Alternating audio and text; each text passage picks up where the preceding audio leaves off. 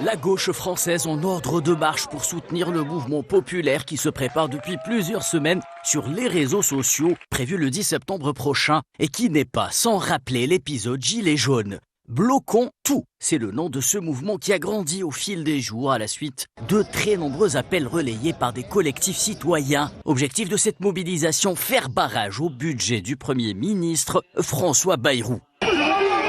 Face à cette colère populaire qui monte, les partis de gauche ont choisi d'accompagner le mouvement. Insoumis, écologistes, communistes et dans une moindre mesure socialistes soutiennent les appels à la mobilisation du 10 septembre, identifiés comme le phénomène politique de la rentrée en France, et ce, en marge des universités d'été de ces formations politiques qui seront lancées en cette fin de semaine. Nous sommes entourés de responsables politiques profondément irresponsables. Et je ne parle évidemment pas de ceux qui sont au premier rang. Je parle bien de celles et ceux qui prétendent nous gouverner en ce moment. Ils sont irresponsables dans tellement de domaines que je ne sais même pas par lequel commencer. Allez, tenez, je vais commencer par leur irresponsabilité démocratique, par exemple. Ils n'ont tiré aucune leçon des Gilets jaunes. Aucune. Des femmes, des hommes, pourtant, se sont déplacés par centaines de milliers dans toute la France pour s'exprimer dans des cahiers de doléances, pour faire part de leur vécu, de leurs espoirs, de leurs peurs.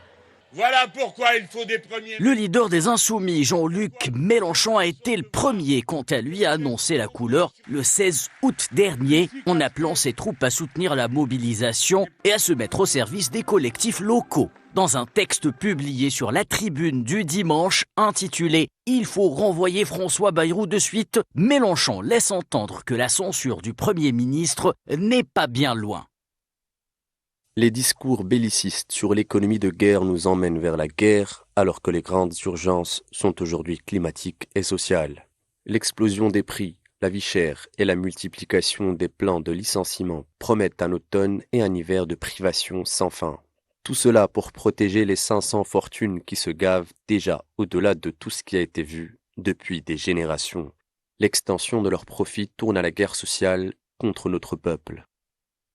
Vous le savez, avec Laurent Wauquiez et les députés de la... Proposant des coupes budgétaires et sociales de l'ordre de 44 milliards d'euros, le projet de budget 2026 de François Bayrou ne passe pas auprès d'une population française excédée par les dérives d'un exécutif impopulaire et désavoué dans les urnes à plusieurs reprises, usant en vain de subterfuges et autres écrans de fumée pour brouiller les pistes et détourner les regards, et qui devra affronter un nouveau scrutin local qui s'annonce explosif dès le mois de mars 2026.